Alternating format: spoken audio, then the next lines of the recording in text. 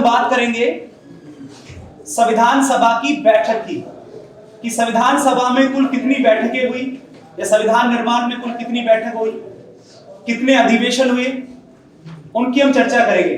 ठीक है, वैसे तो शायद आपने पहले भी पढ़ा होगा इस चीज को, लेकिन आज हम थोड़ा फोकस करके पढ़ते हैं इस चीज पर कि एक्चुअल में संविधान सभा की पहली जब बैठक हुई उस समय कौन कौन सी घटनाएं हुई, संविधान सभा की दूसरी बैठक, तीसरी बैठक, जो भी है अपन अभी सामने चर्चा करेंगे। ठीक है भाई, तो ध्यान दें, सबसे पहले हमारा टॉपिक है संविधान सभा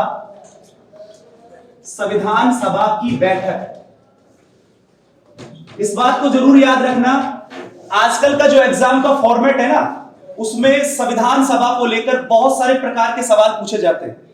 सवाल पहले वाले नहीं पूछे जाते, परंपरागत मेथड हट चुका है। सवाल पूछेगा संविधान सभा के संबंध में गलत कथन को छांटिए, संविधान सभा के संबंध में सही कथन को छांटिए, सुमिलित करे, मिलान करे, ऐसे सवाल बनते हैं। ठीक है, तो टॉपिक है हमारा संविधान सभा की बैठक। सबसे पहले हम बात ये करें कि संविधान सभा की जो प्रथम बैठक हुई वो प्रथम बैठक कब हुई। तो ये बात सभी जानते हैं कि संविधान सभा की प्रथम बैठक कब हुई थी, 9 दिसंबर 1946 को हुई। कब हुई? 9 दिसंबर 1946 को। लेकिन इस 9 दिसंबर 1946 से पहले मुस्लिम लीग लगातार इस बात का विरोध कर रही थी कि हम संविधान सभा की बैठकों में भाग नहीं लेंगे, हम इस संविधान को नहीं मानते, या इस संविधान निर्माण की प्रक्रिया को हम स्वीकार नहीं करते। यानी उनकी लगातार मांग एक देश की थी, एक इस्लामिक स्टेट की मांग थी, और वो देश था पाकिस्तान, जो मांग कर रहे थे बार बार। आप लोग शायद ये भी जानते हैं कि प्रत्यक्ष कार्रवाई 16 अगस्त 1946 को, जिसमें बंगाल में बहुत बड़े रूप में दंगे हुए, और ये कहते हुए गलत नहीं होगा, लगभग 10 से 20 हजार हिंदुओं की हत्या कर दी गई बंगाल में। तो मुस्लिम लीग का केवल उद्देश्य क्या था, एक अलग देश का निर्माण करवाना, और वो अलग देश में अलग संविधान बनेगा। ये चाह कौन रहा था? मुस्लिम लीग। नाम सुना होगा आप लोगों ने, मोहम्मद अली जिन्ना, लियाकत अली खान जैसे लोगों का नाम सुना होगा उस समय। खैर, तो संविधान सभा की जो बैठक थी, वो संविधान सभा की पहली बैठक कब होती है? 9 दिसंबर 1946 को।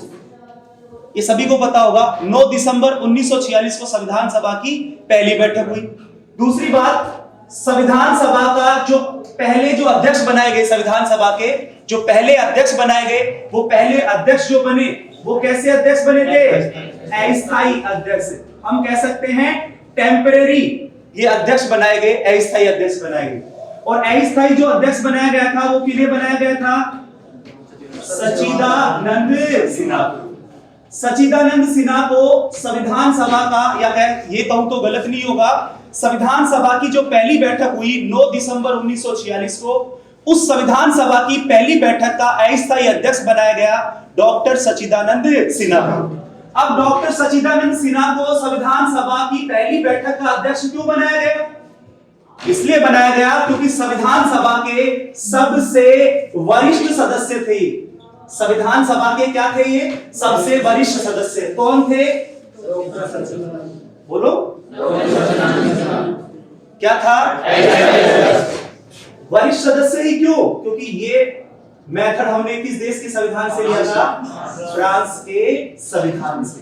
कि संविधान सभा का जो सबसे बुजुर्ग सदस्य होगा, सबसे वरिष्ठ सदस्य होगा, वो संविधान सभा की पहली बैठक का क्या होगा? अध्यक्ष होगा। ठीक है। दूसरी बात, जो किताबों में बहुत कम लिखी हुई मिलेगी आप लोगों को, वो दूसरी बात यह है कि इसी दिन एक मनोनीत उपाध्यक्ष बनाया गया था। संविधान सभा का मनोनीत उपाध्यक्ष बनाया गया था, और वो जो मनोनीत उपाध्यक्ष बना, वो मनोनीत उपाध्यक्ष कौन था? वो था फ्रैंक एंथोनी। ध्यान से सुनना इस बात को, जो मनोनीत जो मनोनीत उपाध्यक्ष था, ये मनोनीत उपाध्यक्ष कौन था? Frank Anthony. पहली बैठक का। अब मैं इसके बारे में कुछ बात कर लूं, अगर आप तैयार हो तो। फ्रैंक एंथोनी के बारे में अगर आपको थोड़ा जानना है तो कभी आप पॉलिटिकल साइंस को स्टार्ट से जब पढ़ोगे, मैं ये कहूं कि संविधान सभा की बैठक हुई, बैठकों के बाद जब संविधान निर्माण चल रहा था, उस संविधान निर्माण के समय इस व्यक्ति की भूमिका बहुत अलग भूमिका थी, या कहूं कि इसकी भूमिका एक समुदाय को लेकर थी, और वो समुदाय कौन सा था? आंग्ल भारतीय समुदाय। कौन सा समुदाय था? आंग्ल भारतीय। आज सभी जानते हो क्या आप लोग एंग्लो इंडियन कहते हो ना, आंग्ल भारतीयों को एंग्लो इंडियन कहते हो क्या आप लोग? तो ये एंग्लो इंडियन समुदाय का प्रतिनिधित्व कर रहा था संविधान सभा में। एंग्लो इंडियन समुदाय का प्रतिनिधित्व कौन कर रहा था? Frank Anthony. दूसरी बात सुने, लोकसभा में सर्वाधिक बार मनोनीत होने वाला एंग्लो इंडियन भी कौन है? Frank Anthony. आप लोग जानते होंगे या पढ़ा होगा आप लोगों ने कि राष्ट्रपति लोकसभा में 2 एंग्लो इंडियन मनोनीत करेगा। यह भारत के संविधान का जो अनुच्छेद था, और भारत के संविधान का कौन सा अनुच्छेद था? 331। इस अनुच्छेद 331 में दे रखा था किनके बारे में? एंग्लो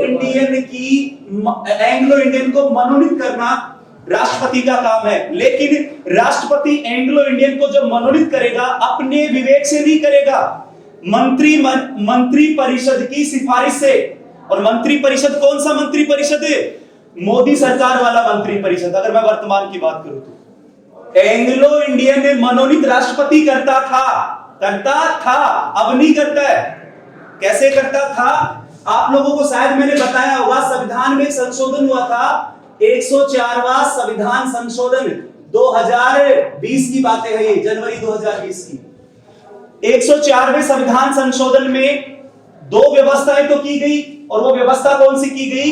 एससी और एसटी का विधायिका में आरक्षण 10 वर्ष के लिए बढ़ा दिया गया। यानी 25 जनवरी 2030 तक, आने वाले 25 जनवरी 2030 तक एससी एसटी का रिजर्वेशन विधायिका यानी लोकसभा और विधानसभा में आरक्षण बना रहेगा। लेकिन एंग्लो इंडियन मनोनीत जो होते थे ना, लोकसभा में 2 होते थे और विधानसभा में 1 होता था। लोकसभा में जो मनोनीत होता था उसे राष्ट्रपति करेगा, लेकिन विधानसभा में जो मनोनीत होते थे उन्हें राज्यपाल मनोनीत करता था। किनकी बात कर रहा हूं मैं? आंग्ल भारतीयों की।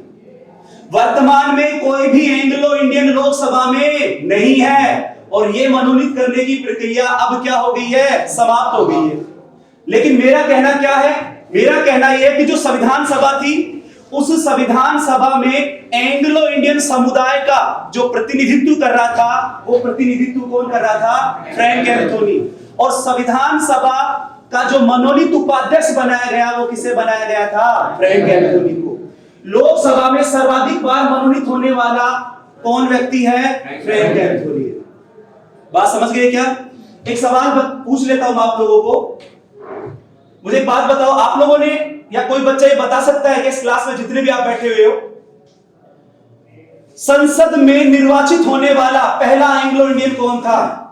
संसद में निर्वाचित होने वाला पहला एंग्लो इंडियन। संसद का मतलब तो समझते होगे ना? वैसे तो संसद का मतलब लोकसभा, राज्यसभा और राष्ट्रपति होता है, लेकिन संसद में जो 2 हाउस है, लोकसभा और राज्यसभा। आपसे कोई सवाल कर ले कि संसद में निर्वाचित होने वाला पहला एंग्लो इंडियन, एकमात्र एंग्लो इंडियन अब तक, उसका नाम सुना होगा आप लोगों ने।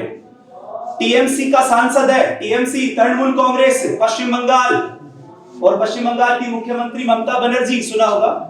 और चर्चा में है ना पश्चिम बंगाल, क्योंकि पश्चिम बंगाल में चुनाव होने वाला है। विधानसभा की 294 सीटें हैं पश्चिम बंगाल में, और उन 294 सीटों पर विधानसभा का चुनाव होगा। पश्चिम बंगाल से है वो, राज्यसभा में सांसद हैं। आपने नाम सुना होगा डेरेक ओब्रायन एकमात्र एंग्लो इंडियन है जो निर्वाचित हुआ है। बाकी तो आप लोगों के सामने कौन सा शब्द आता है? आ गया वो शब्द, मनोनीत। ठीक है, तो इतना इसके बारे में। बाकी जब टॉपिक आएगा लोकसभा तब बात करेंगे। ध्यान दिया। अगर हम बात करें कि संविधान सभा की जो पहली बैठक हुई थी, उस संविधान सभा की पहली बैठक में कितने सदस्यों ने भाग लिया? तो संविधान सभा की पहली बैठक में कितने सदस्यों ने भाग लिया? 207 सदस्यों ने भाग लिया। अब आप सवाल करोगे कि सर 207 सदस्यों ने भाग लिया, आपने हमें बताया था संविधान सभा का जब गठन किया गया उस समय संविधान सभा में तो 389 सदस्य थे, और संविधान सभा की पहली बैठक में 207 सदस्य ही भाग ले रहे।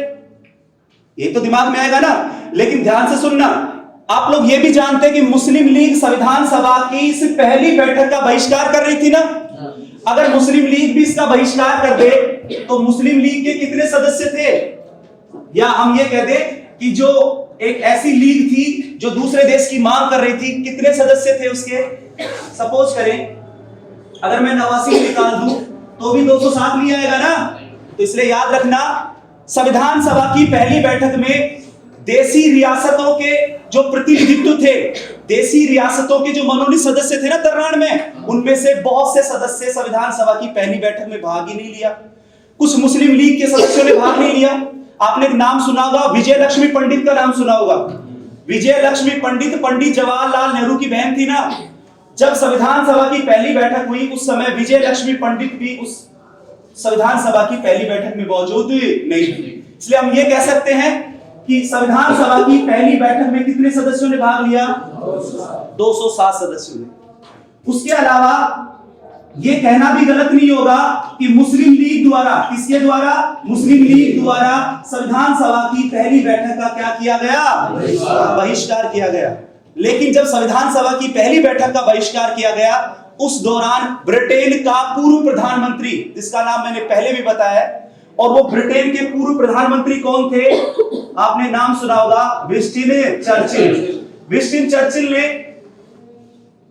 एक आलोचना की, संविधान सभा की पहली बैठक की आलोचना की, और विंस्टन चर्चिल ने कहा कि विवाह मंडप से दुल्हन ही गायब है। संविधान सभा की पहली बैठक का जब मुस्लिम लीग बहिष्कार कर रही थी तो किसने, ब्रिटेन के पूर्व प्रधानमंत्री विंस्टन चर्चिल ने कहा कि विवाह मंडप से दुल्हन ही गायब है। अर्थात यानी उसका कहना यह था कि मुस्लिम लीग को किसकी संज्ञा दे दी उसने, दुल्हन की। और यह कहा कि मुस्लिम लीग जब संविधान निर्माण में संविधान सभा की बैठक में भाग ही नहीं ले रही है तो फिर ऐसे संविधान निर्माण का क्या औचित्य। ये किसने कहा, विंस्टन चर्चिल ने। ये भारत के बहुत बड़े कटु आलोचक भी रहे हुए विंस्टन चर्चिल। ठीक है, तो ये थी संविधान सभा की पृथक बैठक की कुछ बातें। ध्यान दें, संविधान सभा की दूसरी बैठक की बात करते हैं, और आप सभी जानते हैं संविधान सभा की दूसरी बैठक कब हुई थी, 11 दिसंबर 1946। संविधान सभा की दूसरी बैठक होती है 11 दिसंबर 1946 को। दूसरी बात सुने, संविधान सभा की इस बैठक में स्थायी अध्यक्ष चुना गया, और स्थायी अध्यक्ष किसे चुना गया, संविधान सभा की दूसरी बैठक में स्थायी अध्यक्ष चुना गया doctor, very good, Rajendra Prasad. दूसरी बात सुने जो शायद हो सकता है आपको थोड़ा अलग लगे, अटपटा लगे, संविधान सभा में 2 उपाध्यक्ष थे, एक नहीं था, 2 उपाध्यक्ष थे। और वो जो 2 उपाध्यक्ष थे, वो 2 उपाध्यक्ष कौन थे संविधान सभा में, एक का नाम आपने सुना होगा एससी मुखर्जी, एक का नाम सुना होगा एससी मुखर्जी। यानी संविधान सभा में 2 उपाध्यक्ष थे, एक थे एससी मुखर्जी और दूसरे सदस्य कौन थे, दूसरे थे वीटी कृष्णामाचारी। कौन था, वीटी कृष्णामाचारी। यानी याद रखना संविधान सभा के 2 उपाध्यक्ष थे।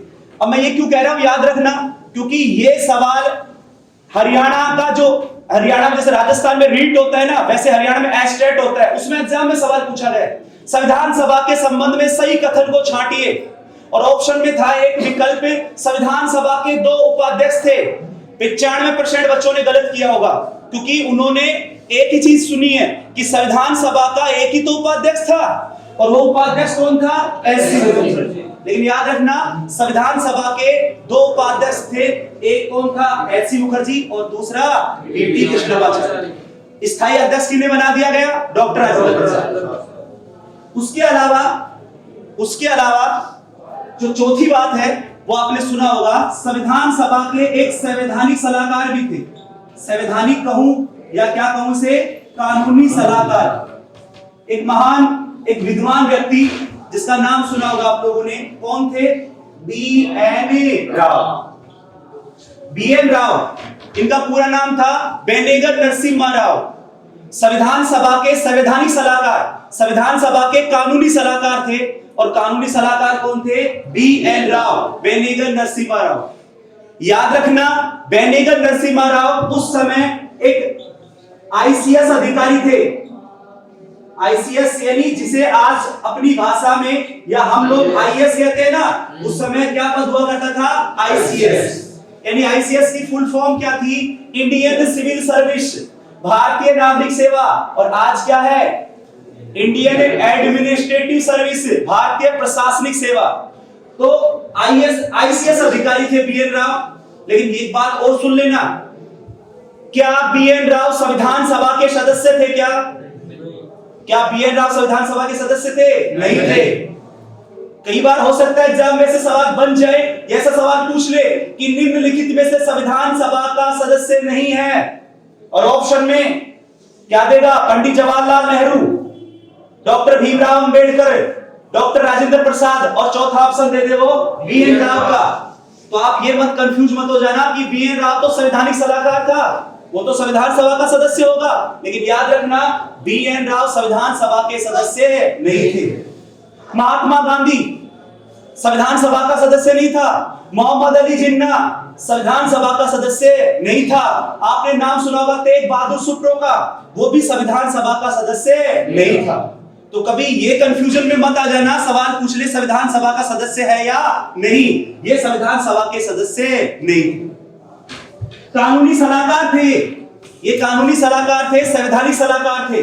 आप लोगों ने सुना होगा, जब कभी भी दो पक्षों का झगड़ा हो जाता है तो मामला जैसे मान लो थाने में चला गया और वहां FIR हो जाती है, तो मुझे एक बात बताओ, किसी व्यक्ति का या कोई भी व्यक्ति जो थाने में FIR करने गया, आमतौर पर हम लोग एक एडवोकेट की सहायता लेते, एक वकील की सहायता लेते।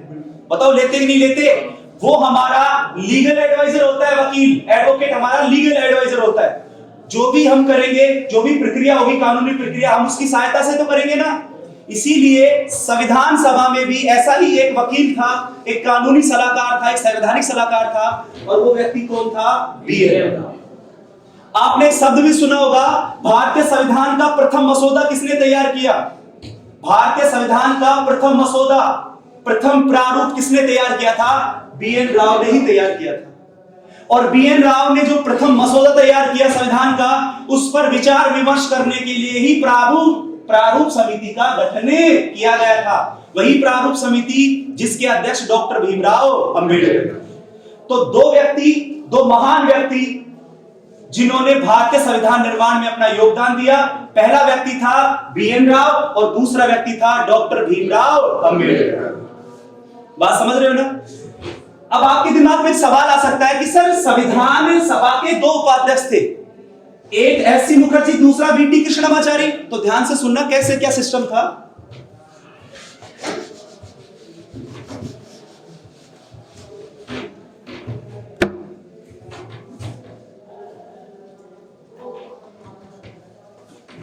ये संविधान सभा है, और हमारी संविधान सभा की भूमिका उस समय दो रूपों में भूमिका थी। हमारी जो संविधान सभा बनाई गई थी, 389 सदस्यों वाली प्रारंभिक संविधान सभा, उस संविधान सभा के दो काम थे। अपनी भाषा में कहूं तो पहला काम था उसका, जिसके लिए उसका वास्तविक रूप से गठन किया गया था, संविधान का क्या किया? अरे निर्माण करना। संविधान सभा का पहला काम था संविधान का निर्माण करना, और संविधान सभा का दूसरा काम था किसके रूप में काम करना? अस्थायी संसद। जब संविधान निर्माण, जैसे मान लो एक शिफ्ट में या सुबह के समय जब संविधान निर्माण की बातें होगी, और एक शिफ्ट में देश के कानूनों के निर्माण, क्योंकि उस समय अंतरिम सरकार देश को चला रही थी ना, अंतरिम सरकार चला रही थी उस समय देश को। और आप लोग जानते हैं अंतरिम सरकार का जो उपाध्यक्ष बनाया गया था, वो उपाध्यक्ष भविष्य में जाकर भारत का क्या बन गया? प्रधानमंत्री। और कौन था वो? पंडित जवाहरलाल नेहरू। तो संविधान सभा के दो मुख्यतः कार्य थे, एक संविधान का निर्माण करना और दूसरा अस्थायी संसद के रूप में कार्य करना। जब संविधान निर्माण की बात आती है तो इसकी अध्यक्षता कौन करते थे? डॉक्टर राजेंद्र प्रसाद। जब संविधान निर्माण की बात आती थी या संविधान निर्माण की संबंधित कोई बैठक होती थी या कोई अधिवेशन होता था संविधान निर्माण को लेकर, तो उसकी अध्यक्षता डॉक्टर राजेंद्र प्रसाद करते थे। लेकिन जब वो अस्थायी संसद के रूप में काम करती थी, जब कानून निर्माण देश को चलाने के संबंध में उस समय कानून का निर्माण की बात करती थी, तो उस समय इसकी अध्यक्षता कौन करता था? इसकी अध्यक्षता करता था जीवी मावलंकर। नाम सुना होगा आप लोगों ने, गणेश वासुदेव मावलंकर लोकसभा के पहले अध्यक्ष थे। ये समझ में आ रहा है कुछ? अगर नहीं भी आ रहा है तो आप सुन लो कैसे समझ में आएगा। तुम लोगों ने एक शब्द सुना होगा, और वो शब्द सुना है प्रथम संविधान संशोधन है। और आप लोग जानते हैं क्या प्रथम संविधान संशोधन किस वर्ष हुआ था? 1951 में हुआ था। संविधान में पहला संशोधन संविधान लागू होने के तुरंत बाद हुआ। और आपका संविधान कब लागू हुआ है? 26 जनवरी 1950 को। तो संविधान लागू होने के तुरंत बाद संविधान में संशोधन हुआ। और कब हुआ? 1951 में प्रथम संविधान संशोधन। हाल ही में 104वां संविधान संशोधन हुआ है ना, ये कब हुआ है? 2020 में। तो मुझे एक बात बताओ, संविधान में संशोधन कौन करेगा? संसद करेगी?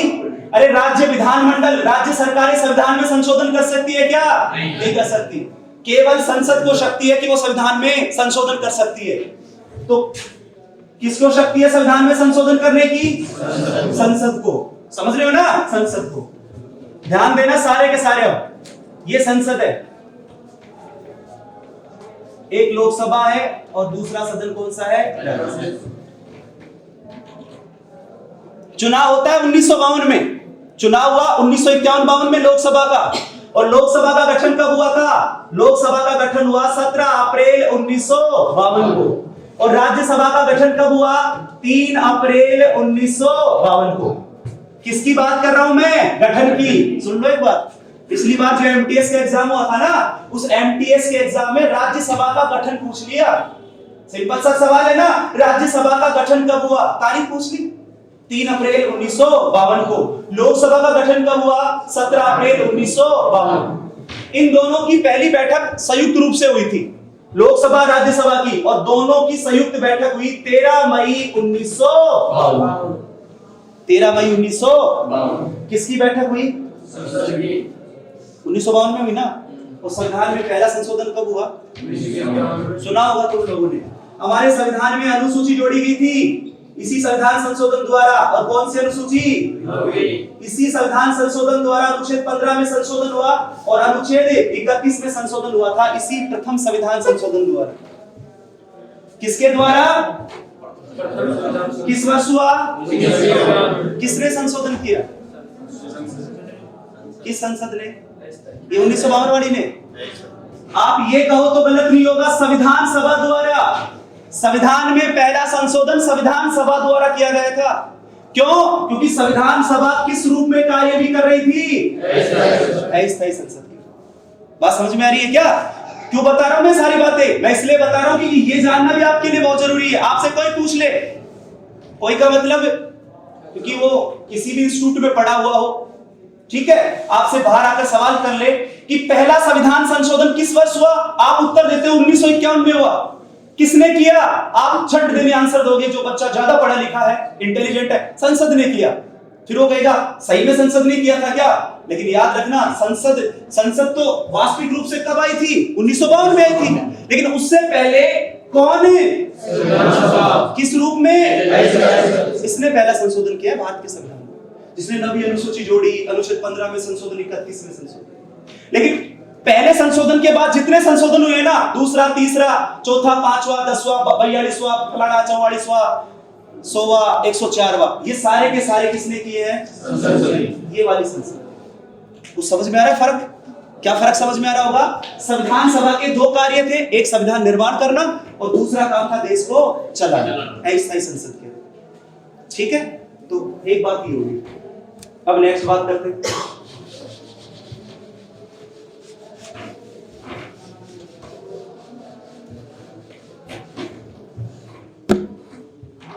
संविधान सभा की कौन सी बैठक की बात करें? तीसरी बैठक। कौन सी बैठक है? तीसरी बैठक कब हुई? 13 दिसंबर 1946। लेकिन इस तीसरी बैठक को लेकर सवाल बहुत पूछे जाते हैं। संविधान सभा की तीसरी बैठक को लेकर सवाल पूछे जाते हैं, और सवाल आप सभी को पता है कौन सा पूछा जाता है? उद्देशिका। सुना होगा आप लोगों ने, जिसे आज हम अपनी भाषा में क्या कहते हैं, प्रस्तावना। उद्देश्य का प्रस्ताव पेश किया गया, संविधान सभा में रखा गया। उद्देश्य का प्रस्ताव संविधान सभा में रखा गया और किसके द्वारा रखा गया, पंडित जवाहरलाल नेहरू, यानी पंडित जवाहरलाल नेहरू द्वारा संविधान सभा के समक्ष, संविधान सभा के सामने क्या प्रस्तुत किया गया, उद्देश्य का प्रस्ताव। इसका अर्थ है कि संविधान के उद्देश्य तय किए गए, संविधान के उद्देश्य तय किए गए। और उद्देश्य हमारे संविधान के आप सभी जानते हैं। हमारा संविधान न्याय की बात करता है, सामाजिक, राजनीतिक और आर्थिक न्याय की बात करता है। हमारा संविधान लोकतांत्रिक गणराज्य की बात करता है। हमारा संविधान समता, समानता की बात करता है, स्वतंत्रता की बात करता है। मौलिक अधिकार सुने होंगे आप लोगों ने। हमारा संविधान संप्रभुता की बात करता है। तो ये सारे संविधान के उद्देश्य, और ये सारे संविधान के जो उद्देश्य है वो किस प्रस्ताव में थे, उद्देश्य का प्रस्ताव में थे। इसी उद्देशिका को हम वर्तमान में किस नाम से जानते हैं, प्रस्तावना, प्रिम्बल। प्रिम्बल अंग्रेजी में कहते हैं, प्रस्तावना आप लोग हिंदी में कहते हो। और प्रस्तावना संविधान की आत्मा है या नहीं, ये विवाद बहुत चर्चा में रहा। बेरुवाड़ीवाद 1960 प्रस्तावना संविधान का भाग नहीं माना गया, लेकिन 1973 में केशवानंद भारतीवाद, केरल राज्य वाला सुना होगा आप लोगों ने, केशवानंद भारती बनाम केरल राज्य 1973 का मामला, जिसमें सुप्रीम कोर्ट की सबसे बड़ी बेंच बैठी, 13 न्यायाधीशों की बेंच, जिसने 7-6 के अनुपात में फैसला सुनाया केशवानंद भारती वाले वाद में। और सुप्रीम कोर्ट की उस बेंच ने क्या कहा, उस पीठ ने क्या कहा कि प्रस्तावना संविधान का भाग है और संसद इसमें संशोधन कर सकती है। सुना होगा आप लोगों ने, नहीं भी सुना है तो कोई दिक्कत नहीं, आगे सारी बातें करेंगे अपन। लेकिन फिलहाल के लिए इतना समझे, संविधान सभा की तीसरी बैठक कब हुई, नहीं पूछेगा एग्जाम में, नहीं आएगा तीसरी बैठक कब हुई। लेकिन सवाल क्या आएगा, संविधान सभा की किस बैठक में उद्देश्य का प्रस्ताव पंडित नेहरू द्वारा रखा गया था, तीसरी बैठक में, 13 दिसंबर 1946। लेकिन आप लोग जानते होंगे उद्देश्य का प्रस्ताव पारित कब हुआ, तो इस दिन पारित नहीं हुआ था। उद्देश्य का प्रस्ताव पारित हुआ था कितने जनवरी को, 22 जनवरी 1947 को। यह सवाल पूछा गया है, चाहे आप रीट की बात कर ले, चाहे हम किसी भी शिक्षक भर्ती की बात कर ले, या फिर हमारे एसएससी जीडी के एग्जाम की बात करें, पटवारी की बात करें, वनपाल वनरक्षक किया गया था।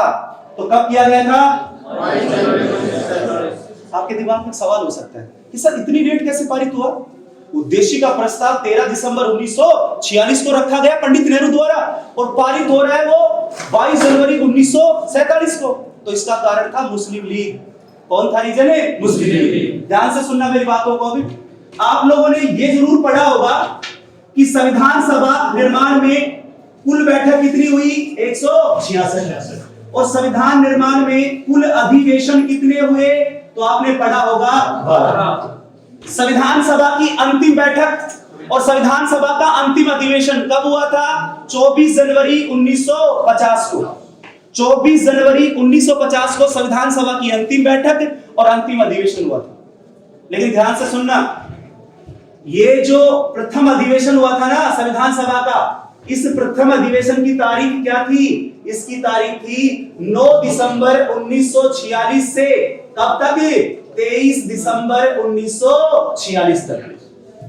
सारे ध्यान दो इधर, जो संविधान सभा का पहला अधिवेशन हुआ था ना, वो 9 तारीख से शुरू होता है, 9 दिसंबर से, और 23 दिसंबर तक चलता है। लेकिन मुझे बात बताओ, क्या उद्देश्य का प्रस्ताव प्रथम अधिवेशन में पारित हो गया था क्या, नहीं हुआ। दूसरा अधिवेशन शुरू हुआ, अपन कह सकते हैं द्वितीय अधिवेशन, और द्वितीय अधिवेशन कितने जनवरी को शुरू हुआ था, 20 जनवरी को। 20 जनवरी 1947 से ये चला था 22 जनवरी 1947। तो दूसरे अधिवेशन के अंतिम दिन उद्देश्य का प्रस्ताव संविधान सभा द्वारा पारित हुआ। कारण था मुस्लिम लीग का, क्योंकि मुस्लिम लीग बार-बार संविधान सभा की बैठकों का बहिष्कार कर रही थी। इसीलिए उद्देश्य का प्रस्ताव पारित कितने जनवरी को हुआ, 22 जनवरी 1947। क्लियर है। तो ये बातें थोड़ी बहुत आप दिमाग में रखना, बाकी तो हम लिखेंगे।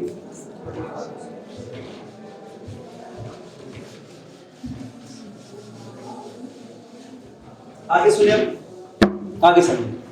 ये चल रहा है सिस्टम, प्रथम बैठक हो रही है, सारी बैठकें चल रही है। आप लोगों ने एक बात सुनी होगी, और वो बात क्या सुनी है, मैं बात करता हूं उसकी। संविधान सभा में प्रारंभ में कितने सदस्य थे?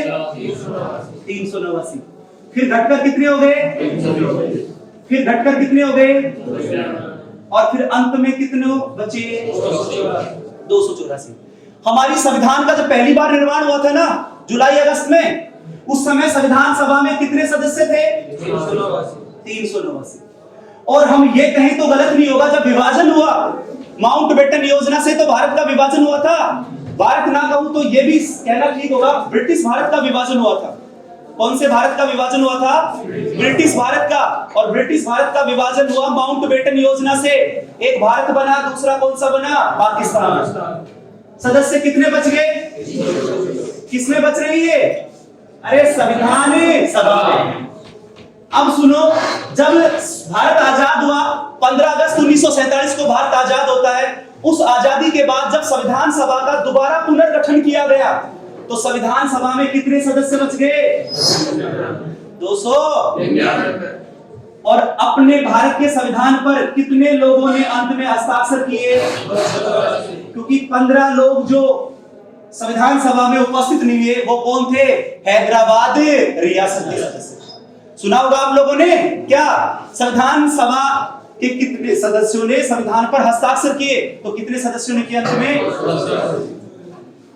क्लियर है ना?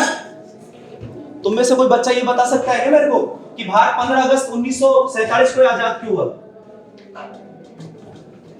भारत 15 अगस्त 1947 को आजाद क्यों हुआ था? कोई भी बच्चा बता दे। शाबाश। नहीं पता? ठीक है, कल बता दो। 15 अगस्त 1947 को देश आजाद क्यों माना जाता है भारत का? ये तारीख फिक्स क्यों है? ये तारीख फिक्स क्यों है? ठीक है, इसका आंसर आप कल बताओगे मुझे, क्योंकि मुझे तो टॉपिक पढ़ा नहीं है फिर आप लोग। हाँ, यूट्यूब पे कहीं भी कुछ भी देखो, आपको केवल ढूंढना है। और याद रखना, जितना आप लोग पढ़ने की कोशिश करोगे ना, रटना नहीं है। और जहां परंपरागत पढ़ाई होती है ना, किसी भी इंस्टीट्यूट में, किसी भी किताब में आपको ये लगे कि ये तो वही पढ़ा रहा है जो पिछले 10 साल से पढ़ा रहा है, दौड़ी दौड़ी डाडी होगी, जो गोनीच है, फिर भी वही चीज पढ़ा रहे हो। बात समझ रहे हो ना? तो इसका मतलब क्या हुआ कि कंपटीशन है, हर बार यही तो कह रहा है, आधुनिक विचारधारा की बात करता है वो। मॉडर्न मेथड होना चाहिए, एक ये कहीं ना अपडेटेशन है, अपडेट होना ही चाहिए, और बिना अपडेट कुछ नहीं हो सकता। आप समझ रहे हो मेरी बात को? जितना भी हम लोगों ने पहले पढ़ा है, अगर उसमें अपडेट नहीं है तो ये मान लेना कंपटीशन लायक ही नहीं हो, क्योंकि वही पढ़ के जाओगे जो एग्जाम में नहीं आएगा। अब जो आ रहा है यही सुनने के लिए मिलता है बच्चों से कि सर पता नहीं कहीं से पूछ लिया। तो हम कोशिश इसलिए बार बार ये करते हैं कि आप लोग ज्यादा से ज्यादा सीखो, और अगर नहीं आता है तो ये क्लास आप लोगों के लिए है। आप सवाल करें, आज नहीं तो कल जरूर जवाब देंगे, लेकिन सवाल आप लोग करेंगे। और सवाल कब करेंगे आप लोग? जब आप लोग पढ़ना शुरू करोगे तो ही सवाल करोगे, क्लासों में बैठने से कुछ नहीं होगा। ठीक है, अब बात करते हैं एक और व्यक्ति की जिसका नाम अभी मैंने लिया था, और वो नाम था कौन सा? बी.एन. राव। सुन लेना एक बार, मैंने कहा संविधान का प्रथम मसौदा किसने तैयार किया? बी.एन. राव ने। संविधान का प्रथम मसौदा कहूं या इसे मैं ड्राफ्ट कहूं, या मैं ये कहूं तो कि संविधान का कच्चा चिट्ठा किसने तैयार किया? बी.एन. राव ने तैयार किया। अब ध्यान से सुनना, बी.एन. राव द्वारा जो कच्चा चिट्ठा तैयार किया गया था ना, उस कच्चे चिट्ठे में या उस प्रथम मसौदे में कितने अनुच्छेद तय किए गए? 243। और कितनी अनुसूची तय की गई? 13। याद रखना, भारतीय संविधान का प्रथम मसौदा किसने दिया? तो बच्चे कहते हैं डॉक्टर भीमराव अंबेडकर ने। डॉक्टर भीमराव अंबेडकर ने नहीं दिया प्रथम मसौदा। प्रथम मसौदा जो तैयार किया गया वो किसके द्वारा तैयार किया गया था? बहुत महान व्यक्ति है। आपने म्यांमार का नाम सुना है क्या? म्यांमार जिसे बर्मा कहते थे पहले, उसका संविधान भी इसी ने निर्माण किया था, बी.एन. राव साहब ने। बहुत बड़ा योगदान है भारतीय संविधान में इनका, और इनके योगदान को हम भूल नहीं सकते। इन्होंने जो कच्चा चिट्ठा दिया उसमें कहा कि 243 को अनुच्छेद होंगे और कितनी अनुसूची होंगी? 13। इसी प्रारूप पर विचार विमर्श करने के लिए, इसी प्रारूप पर विचार विमर्श करने के लिए प्रारूप समिति का गठन किया गया था। कौन सी समिति का गठन किया गया था? प्रारूप समिति का। और आप लोगों ने शायद सुना होगा इस प्रारूप समिति के बारे में, इसे पांडुलेखन समिति भी कहते हैं। कौन सी समिति? पांडुलेखन समिति भी कहते हैं। इसे ड्राफ्ट कमेटी भी कहा जाता है। तो ये जो प्रारूप समिति बनाई गई, ध्यान से सुन लेना, इस प्रारूप समिति का गठन क्यों किया गया? क्योंकि बीएन राव द्वारा जो पहला मसौदा तैयार किया गया था, उस मसौदे पर विचार विमर्श करने के लिए प्रारूप समिति का गठन किया गया था। और प्रारूप समिति का जो गठन किया गया वो कितने अगस्त को किया गया? 29 अगस्त 1947 को। इस प्रारूप समिति में जो कुल सदस्य थे, कितने थे? 7 सदस्य थे। प्रारूप समिति का गठन किया गया 29 अगस्त 1947 को। प्रारूप समिति में कुल 7 सदस्य थे। लेकिन ये चीज तो हम किताबों से रट लेंगे, लेकिन हो सकता है आपसे सैद्धांतिक प्रश्न पूछ ले कि प्रारूप समिति निर्माण करने का क्या उद्देश्य था? तो उद्देश्य क्या था? बीएन राव द्वारा जो प्रथम मसौदा तैयार किया गया था, उस मसौदे पर विचार विमर्श करने के लिए प्रारूप समिति का गठन किया गया था 29 अगस्त 1947 को। कुल कितने सदस्य? 7। सातों का नाम बता दोगे क्या? बताओ। पहले थे डॉक्टर भीमराव अंबेडकर साहब, और डॉक्टर भीमराव अंबेडकर साहब प्रारूप समिति के क्या थे? दूसरे जो सदस्य थे वो थे एन गोपालास्वामी आयंगर। तीसरे सदस्य थे अलादी कृष्णास्वामी अय्यर। चौथे सदस्य थे डॉक्टर के एम मुंशी। पांचवें सदस्य थे मोहम्मद सैयद सादुल्ला। छठा जो सदस्य था वो था एन माधवराव। और जो 7वां सदस्य था वो था टीटी कृष्णामाचारी। ये जो अंतिम 2 सदस्य देख रहे हो ना आप, कौन कौन सा? एन माधवराव। ये एन माधवराव बीएल मित्र के स्थान पर आया था, और टीटी कृष्णामाचारी डीपी खेतान की जगह संविधान सभा में शामिल हुए थे। अब आप मुझसे सवाल करोगे क्या ऐसे इनसे रिलेटेड भी हमसे क्वेश्चन कर सकता है कि एग्जाम में? बिल्कुल कर सकता है। सवाल पूछेगा निम्नलिखित में से प्रारूप समिति का सदस्य नहीं है। सवाल पूछ सकता है प्रारूप समिति का निम्नलिखित में से कौन सदस्य नहीं है? तो 3 तो देगा सदस्य और चौथा सदस्य नहीं देता है। और ज्यादा सुनो, सवाल पूछा गया वहां पर चौथा शब्द लिखता है वो, क्या तो पंडित जवाहरलाल नेहरू शब्द देगा चौथा जो नहीं है, या डॉक्टर राजेंद्र प्रसाद देता है, या फिर जीवी मावलंकर शब्द दे, या फिर बीएन राव शब्द दे सकते हैं ना। तो 3 शब्द तो ये देगा, चौथा शब्द ऐसा देगा जो आपका जाना पहचाना है। और एग्जाम हॉल का ऐसा प्रेशर होता है कि बच्चा ये नहीं देखता कि वो पूछ क्या रहा है, वो प्रश्न को भूल जाता है और ऑप्शन में आ जाता है। बात समझ रहे हो ना? पहला सवाल बन सकता है कि प्रारूप समिति में निम्नलिखित में से कौन सा सदस्य नहीं है? 3, ये 3 देगा, चौथा कोई और दे देगा। दूसरा सवाल बना हुआ है आरएस के एग्जाम में, 2016 प्री एग्जाम में सवाल पूछा गया था आरएस के में। और सवाल क्या पूछा गया कि प्रारूप समिति का एकमात्र पूर्णतः कांग्रेसी सदस्य कौन था? पूर्णतः कांग्रेसी सदस्य, यानी जिसका जन्मजात संबंध कांग्रेस से था। तो जन्मजात संबंध इन 7 में से किसका था?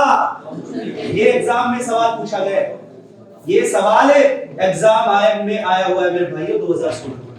बन सकता है सवाल। एक नाम सोच रहे होंगे आप लोग, मोहम्मद सादुल्ला जो सदस्य था वो किससे था? मुस्लिम लीग से संबंधित था। यही किसका सदस्य था? ये मुस्लिम लीग का। हो सकता है आपसे सवाल पूछ ले प्रारूप समिति में एकमात्र मुस्लिम लीग सदस्य कौन शामिल हुआ? तो नाम देगा मोहम्मद अली जिन्ना, लियाकत अली खान, हो सकता है अब्दुल गफ्फार खान तीसरा ऑप्शन दे दे, और चौथा ऑप्शन क्या दे देगा वो? मोहम्मद सैयद। बहुत से बच्चे कहते हैं ना कि सर मुस्लिम लीग तो संविधान सभा में शामिल ही नहीं हुई। आपके सामने उदाहरण है इसका कि सैयद मोहम्मद सादुल्ला सैयद मोहम्मद सादुल्ला संविधान सभा की सबसे प्रमुख समिति का सदस्य था, लेकिन ये करता क्या था, ये अंतिम रूप से समिति में शामिल ही नहीं होता था।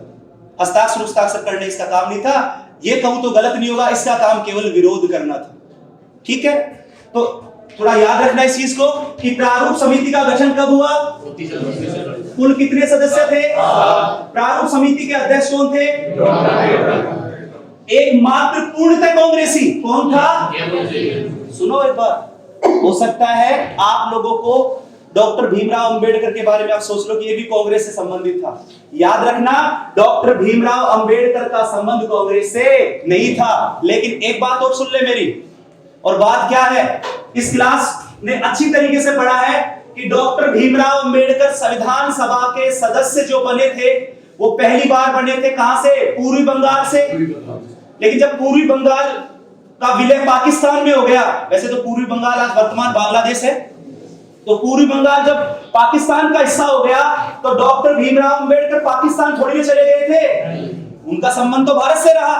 तो डॉक्टर भीमराव अंबेडकर को चुनाव जितवाया गया था बंबई प्रांत की पूना सीट से, और वो सीट कांग्रेस की सीट थी, और उस सीट पर थे एम.आर. जयकर कांग्रेस के सदस्य, उनको त्याग पत्र दिलाया गया और डॉक्टर भीमराव अंबेडकर कांग्रेस की सीट से चुनाव जीत कर आए थे, उपचुनाव जीत कर आए थे। इसलिए मैं जो कह रहा हूं उस पर ध्यान देना, प्रारूप समिति में पूर्णतः कांग्रेसी जिसका जन्मजात संबंध कांग्रेस से है वो कौन था, के.एम. मुंशी। इसलिए आंसर ये तो उपचुनाव जीत कर आए थे, ये दोनों भी कांग्रेस की सीट पर उपचुनाव जीत कर आए थे। अब सबसे बड़ा सवाल जो एग्जाम में पूछा गया है, और सवाल क्या है, प्रारूप समिति द्वारा प्रथम प्रारूप पेश किया गया, इस प्रारूप समिति द्वारा पहला प्रारूप पेश किया गया, और कब किया गया प्रथम प्रारूप, 21 फरवरी 1948 को। 21 फरवरी 1948 को डॉक्टर भीमराव अंबेडकर वाली समिति ने प्रारूप पेश किया, और उस प्रारूप में कितने अनुच्छेद थे, उस प्रारूप में अनुच्छेदों की संख्या थी 315, और उस प्रारूप में अनुसूची कितनी तय की गई, 8। ध्यान से सुन लेना, यह सवाल पूछा गया है, और सवाल क्या पूछा गया है, प्रारूप समिति द्वारा दिए गए प्रारूप में कितने अनुच्छेद व कितनी अनुसूची थी, तो 315 अनुच्छेद थे और अनुसूची कितनी थी, 8। और इन 8 अनुसूचियों का संबंध वर्तमान संविधान से रहा है, मूल संविधान से रहा है, नहीं रहा है 8 अनुसूचियों का संबंध, क्योंकि मूल संविधान में तो 8 ही अनुसूचियां थी ना। 26 जनवरी 1950 को जो संविधान लागू हुआ था उसमें 8 ही अनुसूची थी, वर्तमान में 12 हो गई है, 9, 10, 11 और 12 बढ़ गई है। तो डॉक्टर भीमराव अंबेडकर द्वारा जो पहला प्रारूप रखा गया 21 फरवरी 1948 को, उस प्रारूप में 315 अनुच्छेद थे और अनुसूची कितनी थी, 8। ठीक है, तो ये आपका टॉपिक।